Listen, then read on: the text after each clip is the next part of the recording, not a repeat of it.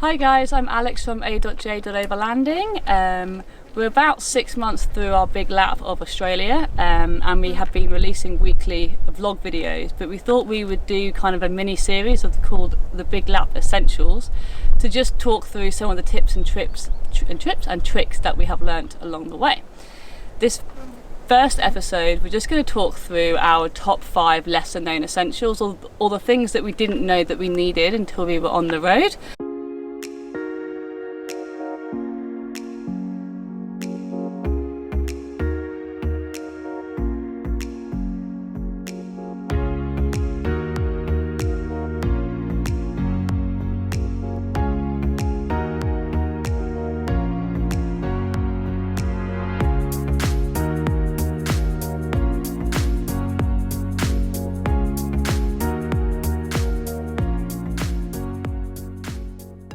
There's obviously the top 5 things that you must have and everyone knows that you must have, like the tent or somewhere to sleep, some shade, a fridge, 12-volt system, etc. But we're not going to talk through those today. It's those lesser known essential items that you might need. For us, what we have learned is our most essential item that we did luckily have is a jump starter kit. Ours is from King's. It was like 130 bucks, or four-wheel drive city centre, and it's on the floor now.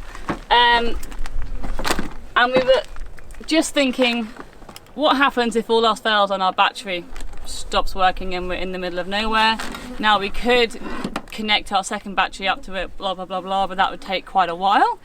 This literally, you plug in, jump start it, and you're on your way. You don't need another car to help you.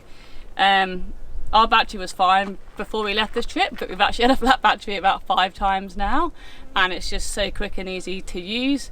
We were also doing the Simpson Desert, and a guy that we were doing it with woke up one morning, flat battery, and this came to the rescue. So definitely a worthwhile thing to have, and really compact. The King's one's also a torch and a USB charger, but we don't use it for those reasons. Small, highly recommend. Our next thing is antibacterial wipes. You can't always do washing up on the road. You're not sure when you're next going to get your water from. You don't want to pour soapy water all over the ground, and therefore antibac wipes become your saviour. You can wash up, you can wipe your cups, you can wipe your surfaces clean. Yeah, all round useful.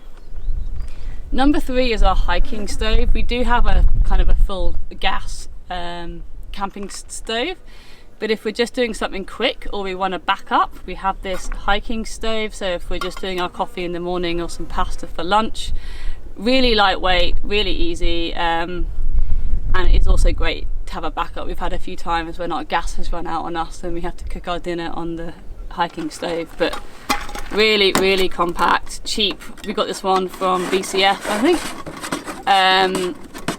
and yeah, always good to have backups whilst on the road. I'm just going to put it away, save some time, but yeah, pretty goddamn easy, and you can get gas from this from most places. Our 4th one, which you might not need, but we often have a few arguments as to if our car is level, and this answers all. So it's just a cheap level from Bunnings, and because we're sleeping on the roof of our car, we want to make sure our car is level and we're not going to roll onto each other or have our heads low. So we can just put this on the side of the tent and work out if we need to raise any of our wheels. We do use our treads or max tracks to help us level our car, and this enables us to do that. And our 5th kind of essential is obviously a mobile phone, but the actual things that we're talking about here is both Wikicamps and offline maps. Wikicamps is an app that I think is about 10 bucks, and it's an absolute lifesaver. It has pretty much all the campsites, caravan parks on, if they're free camping, all the reviews, any pictures, and that really helps us determine where we're going to camp that night. It also has water points and public toilets, which is really good to know where you can fill up your water tank, and you can leave reviews on there real time, which we find really useful. The next is offline maps. So we've just got Maps.me, which is a free app, but also the HEMA 4-wheel drive maps, and that just means that when you have no signal, which is for a large amount of time, the flies, in Australia, you can still know where you are and navigate your way out of things. So yeah, that's our top 5 lesser known essentials. We're going to be doing kind of a mini series, as I said. So next week we're going to talk through our top 5 easy or DIY camp kitchen mods. But if there's anything that you would like to know, or any other tips and tricks that we might have learned on the 6 months, then just leave it in the comments below and we will try and answer those. So yeah, see you next time.